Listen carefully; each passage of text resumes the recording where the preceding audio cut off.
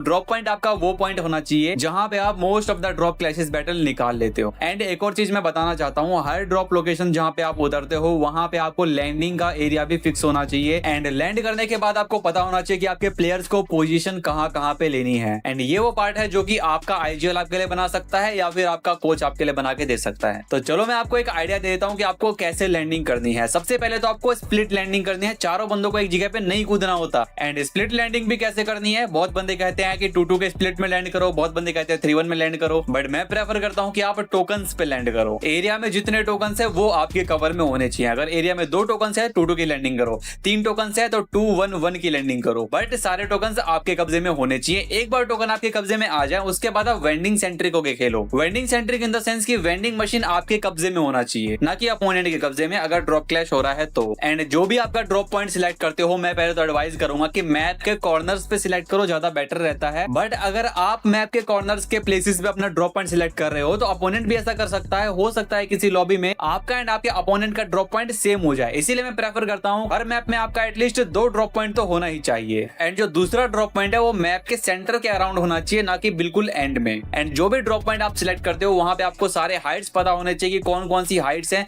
जहां पे हम अपने स्नाइपर को अगर बिठा दें या फिर असॉल्टर को बिठा दें तो वो वहां से हमको कवर दे सकता है। एंड देखो, असॉल्टर टर्म से कंफ्यूज मत होना, असॉल्टर सपोर्टर एक ही बात है। सपोर्टर का काम है असॉल्टिंग भी करना, सपोर्टिंग भी करना, नेडिंग भी करना। उसे जब जिस चीज की जरूरत पड़ेगी वो रोल प्ले कर सकता है। चलो ऑफ टॉपिक नहीं जाते हैं। बेसिकली मैं ये कह रहा हूं कि आपको हाइट्स का पता होना चाहिए कि किन किन हाइट्स पे हम अपने प्लेयर्स को भेज सकते हैं। उसके बाद आपको एनिमी को ल्योर करना आना चाहिए कि हम 2 बंदों को अपने बुलाएंगे रशर्स को इस एरिया में। एंड एनिमी के ल्योर हो जाने के बाद आपके जो स्नाइपर्स एंड सपोर्टर्स ऊपर बैठे हुए हैं वो गंदा डैमेज दे सकते हैं। ये सबसे ज्यादा बेसिक स्ट्रेटजी होती है किसी भी ड्रॉप फाइट को निकालने के लिए, या फिर अगर आपके ड्रॉप में कोई आ रहा है तो उसको मारने के लिए। बाकी अगर मैं बात करूं तो हर ड्रॉप लोकेशन के लिए स्ट्रेटजीज अलग अलग बनती हैं, जो कि आपका अगर आईजीएल केपेबल है तो वो बना के दे सकता है, अदरवाइज आपका कोच भी बना के दे सकता है।